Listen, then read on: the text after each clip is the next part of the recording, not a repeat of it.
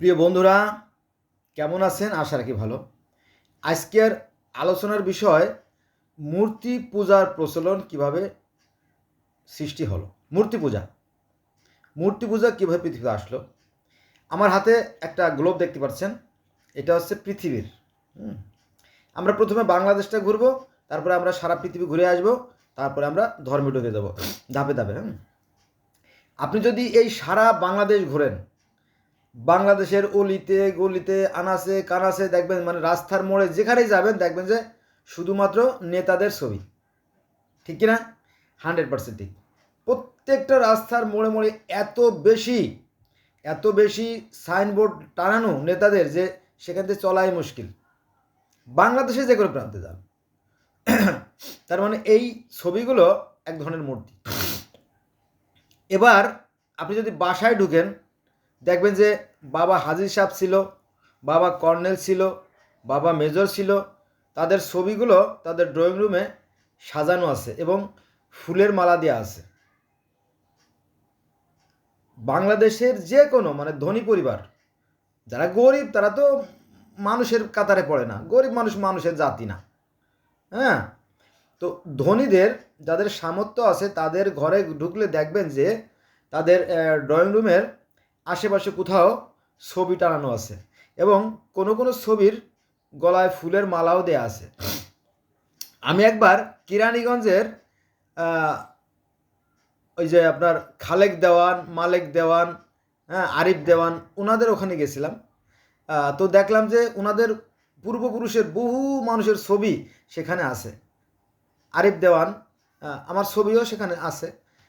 আমি সেখানে গেছিলাম, তো দেখলাম তাদের পূর্বপুরুষের ছবিগুলো সেখানে টানায় রাখছে। এটা এক ধরনের মূর্তি বলতে পারেন, কারণ এটা লেটেস্ট মূর্তি, আপডেট মূর্তি। কারণ এখন আর ওই মাটি দিয়ে কষ্ট করে মূর্তি তৈরি করা হয় না, ক্যামেরা দিয়ে একটা অবিকল মূর্তি কি স্টুডিও থেকে তৈরি করে দেওয়া হয়। ঠিক কিনা? আচ্ছা, তাহলে আমরা যদি সারা বাংলাদেশে ঘুরি তাহলে দেখবেন যে রাস্তার মোড়ে মোড়ে 5 তারিখে, ঠিক 5/8/2024 পরে বঙ্গবন্ধু এবং শেখ হাসিনা যে দল, সেই দলটা চেঞ্জ হয়ে গেছে। পরবর্তীতে বিএনপি বা অন্য দলের যে নেতাদের ছবি নতুন করে করে করে করে পুরো দেশটাকে ছবিতে ছেয়ে ফেলানো হয়েছে। এই কাইন্ডস অফ মূর্তি, মানে আমাদের রাস্তাঘাটে সব জায়গায় মূর্তি। তারপরে ঘরে গেলে ড্রয়িং রুমে ও মূর্তি। আবার গ্রামে ও যারা একটু বিত্তবান তাদেরও দেখবেন যে তাদের কাছারি ঘর সেখানেও দেখবেন যে ছবি রেখে গলায় ফুলের মালা দিয়ে রেখে দিয়েছে। এটাই সত্যি, এই কাইন্ডস অফ মূর্তি। এবার আসেন অফিসে যাই। আমরা প্রথমে রাস্তা দিয়ে ঘর থেকে রাস্তায় গেলাম, রাস্তা থেকে আবার পার হয়ে রাস্তা পরে অফিসে গেলাম। অফিসে গেলে দেখবেন যে সেখানেও সেই প্রধানমন্ত্রী শেখ হাসিনা এবং তার পিতা জাতির জনক বঙ্গবন্ধু রহমানের মূর্তি মানে ওই মাটি দিয়ে এত কষ্ট করে, হ্যাঁ, ওই মোরাল এগুলো তৈরি করার দরকার আছে না। কারণ ক্যামেরা দিয়ে অবিকল মূর্তি বা বিভিন্ন অনুষ্ঠান, এটা যদি আরও ইন্ডিকেটর দেওয়া হয়, এই জন্য মানে নির্দেশনা দেওয়া হয় যাতে মানুষ স্পষ্ট চিনতে পারে যে ওই যে সেই 7ই মার্চের যে ভাষণ, ভাই সব যার যা কিছু আছে তাই নিয়ে প্রস্তুত থাকুন, আছে না? 7ই মার্চের ভাষণ লেখা আছে নিচে যে বঙ্গবন্ধু, জাতির পিতা বঙ্গবন্ধু শেখ মুজিবের 7ই মার্চের ভাষণের যে ছবি, যাতে মানুষ আরও কি হৃদয়গারী হয়, আরও আগ্রহী হয়, তাই না? এটা কিন্তু এ কাইন্ডস অফ মূর্তি। আচ্ছা, তাহলে আমরা সব জায়গায় মূর্তি পাইলাম। এখন অর্থাৎ 5/8/2024 সালের পরে, এখন অবশ্য তত্ত্বাবধায়ক সরকার বা তাদের আয়ত্তে আছে।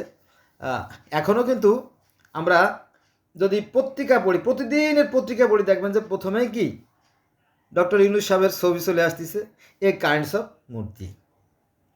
ঠিক আছে, এখন এই মূর্তির প্রচলন কিভাবে আসলো সেই বিষয় নিয়ে আলোচনা করি। অতীতে যখন কোনো ধর্মই ছিল না, কোনো ধর্ম আসে নাই, হ্যাঁ, কারণ এই ইসলাম ধর্মের বয়স কত? 1400 বছর বা 1450 বছর। তারপরে খ্রিস্টান ধর্মের বয়স কত? 2000 বছর। ইহুদি ধর্মের বয়স কত? 3000 বছর। বৌদ্ধ ধর্মের বয়স কত? 4000 বছর। গ্রিক ধর্মের বয়স কত? 4500 বছর, তাই না? রোমান ধর্মের বয়স কত? ওই 4500 বছর। সনাতন ধর্মের বয়স কত? এই 5000 4,500 বছর। তারপর মিশরীয় ধর্মের বয়স কত? এই 7000 বছর। তারপরে গিলগামেশের মহাকাব্যটা আমরা পাইছি কত, এত 10-12 বছর আগে, তাই না? আরে 10,000 বছর। অ্যাজটেক, মায়ান, ইনকা হয়তো 14,000 বছর, এই শেষ। মাত্র এই 14,000 বছর ইতিহাস আমরা জানতে পারি। কিন্তু পৃথিবীতে যদি 1,24,000 নবীও এসে থাকে, আর প্রত্যেকটা নবী যদি মাত্র 1 বছরও যদি ধর্ম প্রচার করে থাকে, তাহলে পৃথিবীর বয়স কত? 1,24,000 বছর অথবা 2,24,000 বছর। কিন্তু বিজ্ঞানীরা তা বলতেছে না, পৃথিবীর বয়স আরও বহু বছর। পৃথিবীর বয়স হচ্ছে 450 থেকে 60 কোটি বছর। আর পৃথিবীতে জীবের আবির্ভাব 80 লক্ষ বছর। আর এই পৃথিবীতে মানুষের আবির্ভাব কত? 80 লক্ষ বছর। কেউ বলে 50 লক্ষ বছর, কেউ বলে 30 লক্ষ বছর। আর সনাতন বা হিন্দু ধর্মের দাবি যে না, পৃথিবীতে মানুষের আবির্ভাব 21 লক্ষ বছর। ভাবা যায়? তখন মানুষ এই প্রকৃতির পূজা করত। এটা কিন্তু একটা পারফেক্ট বিষয়, এটা নিয়ে আমি আলোচনা করব। এটা একটা সঠিক বিষয়। এই প্রকৃতির পূজা করাটাও কিন্তু অযৌক্তিক কিছু না। এটা একই স্রষ্টারই পূজা করা। এটা নিয়ে আমি আলোচনা করব, প্রয়োজন এই ভিডিওতে করব, ভালো করে শুনবেন। সেটা আবার কেমন? তার আগে মানুষ কিন্তু প্রকৃতির পূজা করত, প্রকৃতির বিভিন্ন শক্তি। তারপরে মানুষ এই মূর্তির প্রচলন করলো যখন মহামানব আসা শুরু করলো, পৃথিবীতে যখন মহামানব আসা শুরু করলো তখন। আচ্ছা, পৃথিবীতে মহামানব কারা? নূহ নবী, সুলাইমান নবী, দাউদ নবী, ইউনুস নবী, ইয়াকুব নবী, এরাই তো? হ্যাঁ, এদের মূর্তি ছিল। এই সুলাইমানের মূর্তি ছিল। বাদশাহ সুলাইমান, খুদা নমরুদ, খুদা ফেরাউন, খুদা হলো সুধামান, বিনা তক্তে হাওয়ায় চলে সুলাইমান। এটা গজল বা কবিতা আবৃত্তি করে মাদ্রাসা ছাত্ররা। তো এই সুলাইমান ছিল সারা পৃথিবীর বাদশাহ, around the world, king of around the world আর কি। হ্যাঁ, সারা পৃথিবীর বাদশা ছিল কে? এই বাদশা সুলাইমান। তো উনি খুব উর্বর চিন্তাশীল ছিল, মানে মস্তিষ্ক খুব ডেভেলপ ছিল ওনার। উনি বলল, দেখো যে এই যে গোটা পৃথিবী, তখনও কিন্তু মানুষ জ্যোতিষশাস্ত্রে আবিষ্কার করে ফেলাইছে যে এই যে গোটা পৃথিবী একই নিয়মে চলছে, তাই না? চন্দ্র, সূর্য, গ্রহ, নক্ষত্র, দিন রাত, জোয়ার ভাটা, সকাল সন্ধ্যা, ঋতু পরিবর্তন, সব কিছুর মধ্যে একটা সান্দনিক, একটা নান্দনিক একটা কি ব্যাপার ঘটে যাচ্ছে। তো এর পিছনে নিঃসন্দেহে একটা প্রাকৃতিক শক্তি আছে। সেই শক্তিকে পৃথিবীর বিভিন্ন মানুষ বিভিন্ন নামে ডাকে। তো আমরা তাকে আল্লাহ বলে ডাকবো। এই মূর্তি টুর্তি বাদ দাও, এ কথা বলছিলেন। তো এই ইব্রাহিম নবীর কথা আছে হিন্দু ধর্মে বা সনাতন ধর্মে। তো সেখানে ইব্রাহিমকে বলা হয়েছে প্রহ্লাদ মহাজন, যেটা আমরা জানি না। হ্যাঁ, মনে করি অন্য ব্যক্তি, আসলে তা না। আপনি প্রহ্লাদ মহাজনের জীবনী আগে পড়বেন। আমি কেন প্রহ্লাদ মহাজনকে আগে বললাম? কারণ সনাতন ধর্ম বয়সের দিক থেকে 21 লক্ষ বছর, আর ইসলাম ধর্মের বয়স মাত্র 1450 বছর। তো সেই যে প্রহ্লাদ মহাজন, সম্ভবত সেই প্রহ্লাদ মহাজনকে আমরা ইব্রাহিম নবী হিসেবে ডাকি, ঠিক আছে? আর এই ইব্রাহিমের কথা আছে ইহুদি ধর্মে আব্রাহাম, খ্রিস্টান ধর্মে আব্রাহাম, আর ইসলাম ধর্মে ইব্রাহিম, আর সনাতন ধর্মে প্রহ্লাদ মহাজন। এই প্রহ্লাদ মহাজন দিবারাত্রে নিরাকার অদৃশ্য সৃষ্টিকর্তাকে বলতো, যাকে বলা হয় হরি। এই হরি শব্দের অর্থ আবার নিরাকার ঈশ্বর। কিন্তু এই হরি শব্দের অর্থ মুসলমান জানে না, আর হিন্দুরা আবার এই আল্লাহ শব্দের অর্থ বোঝে না। এখন আমরা কোরআনে চলে যাব, যেহেতু আমার কথা শুনলে আমার মুসলমান বাইরে খেপে যায়, কিন্তু কোরআন হাদিসের কিছুই জানে না। কোরআন জানে না, হাদিস জানে না, কিন্তু ধর্ম বেলা উস্তাদ। আমার ধর্ম সম্বন্ধে কেউ কিছু কথা বললে একেবারে শেষ করে দেবো, কারণ আমার ধর্ম শ্রেষ্ঠ ধর্ম, বিশ্বের মধ্যে শ্রেষ্ঠ ধর্ম, অথচ ধর্মের কিছুই জানে না। তো মূল কথা আসে, পবিত্র কুরআন শরীফের সূরা নূরের 35 নম্বর আয়াতে বলা হয়েছে আল্লাহ হচ্ছেন আকাশ এবং পৃথিবীর জ্যোতি। অর্থাৎ এই সূর্য হচ্ছে আকাশ এবং পৃথিবীর জ্যোতি। এখন ওই যে প্রকৃতির পূজা কেন করতাম, সেখানে আমরা চলে আসবো। যে বলছিলাম এর আগে যে আমি কথা বলবো, দেখেন এই প্রকৃতির পূজা আমি বোধহয় গোলাই ফেলতেছি বিষয়টা। তো এই আগেরটা আগে শেষ করি। এই যে ইব্রাহিম নবী অর্থাৎ হিন্দুদের যে প্রহ্লাদ মহাজন, আর ইহুদিদের যে আব্রাহাম, খ্রিস্টানদের আব্রাহাম, আর আমাদের ইব্রাহিম, ইনি ছিলেন গোটা পৃথিবীর একজন বাদশাহ এবং উনি খুব প্রভাবশালী বাদশাহ ছিলেন। তিনি প্রথমে এই মূর্তি পূজার বিলুপ্ত সাধন করে। ফলে হিন্দুদের মধ্যেও দেখবেন যে এক শ্রেণী আছে তারা মূর্তি পূজা বিশ্বাস করে না। হ্যাঁ, তারা 5 ওয়াক্ত নামাজই পড়ে, পঞ্চ মহাযজ্ঞ, একথা বেদে আছে, খোদ বেদে। It is not a simple matter, খোদ বেদে আছে। এটা কোনো বাইরের উপনিষদ বা মহাভারত বা ঈশ্বরের অবতার বা মহাজন গ্রন্থে না, মূল বেদেই পঞ্চ মহাযজ্ঞের কথা আছে, অর্থাৎ 5 ওয়াক্ত নামাজের কথা বলা আছে। চিন্তা করেন, এই বেদে যেমন 5 ওয়াক্ত নামাজের কথা বলা আছে, পৃথিবীর সর্বপ্রাচীনতম এবং প্রধানতম এবং সর্বপ্রথম যে লিখিত গ্রন্থ গিলগামেশের মহাকাব্য, সেখানেও সেই 5টা স্বপ্নের কথা বলা আছে। তাহলে 5 মিলে গেল। আর এই 5 ওয়াক্ত নামাজ আবার আজ থেকে 5000 বছর আগের বা 5500 বছর আগের যে পার্সি ধর্ম বা জরথুস্ট্র ধর্ম, সেখানেও 5 ওয়াক্ত নামাজ আছে। 5 ওয়াক্ত নামাজ আছে, তারপরে রোজা আছে, হজ আছে, জাকাত আছে, মিরাজ আছে, মিরাজ থেকে নামাজ আছে, সবই তো আছে। কিন্তু এই আমাদের মুসলমান ভাইরা শুধু শুধু খামাখা লাফায়, অথচ ধর্মের কিছু জানে না তারা। হ্যাঁ, বুঝলো? তাহলে আমরা এই যে ইব্রাহিম নবী নিরাকার ঈশ্বরের কথা বলতো। এবং আপনারা দেখবেন যে হিন্দুদের মধ্যে একটা সমাজ আছে, ব্রাহ্ম সমাজ, অর্থাৎ ব্রহ্মের যারা অনুসারী তারা আছে ব্রাহ্ম সমাজ। এরা বেদের মূল অনুসারী। এদের আঁকড়া সারা বাংলাদেশে আছে, সারা বিশ্বেই আছে, কিন্তু এটা আমাদের আলেমরা বলে না। ফলে সাধারণ মানুষেরা বুঝতে পারে না বা জানে না, কিন্তু আছে, সারা বিশ্বে আছে, সারা বাংলাদেশে আছে। আর এদের একটা বড় একটা আঁকড়া আছে, এটা আছে আপনার বাংলাদেশের সদরঘাটের জগন্নাথ কলেজ। তো আপনারা সবাই চেনেন, তাই না? বাংলাদেশের নাম করা কয়েকটা কলেজ, জগন্নাথ কলেজ। এই জগন্নাথ কলেজের গা ঘেঁষে, অর্থাৎ সুমনা ক্লিনিকের পাশে, এই সুমনা ক্লিনিক থেকে থুতু ফেললে সেই বা সুমনা ক্লিনিকের সাথে ল্যান্ডের সাথে মিশা এই ব্রাহ্ম সমাজের যে মূল আঁকড়া। আর এখানকার চেয়ারম্যান আছে রবি ভাই বর্তমানে।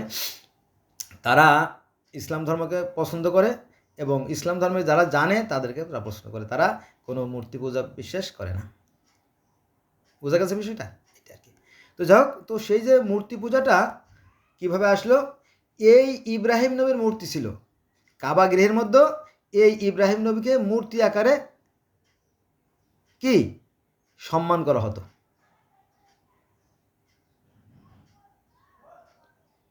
ইব্রাহিম, সুলাইমান, এদের।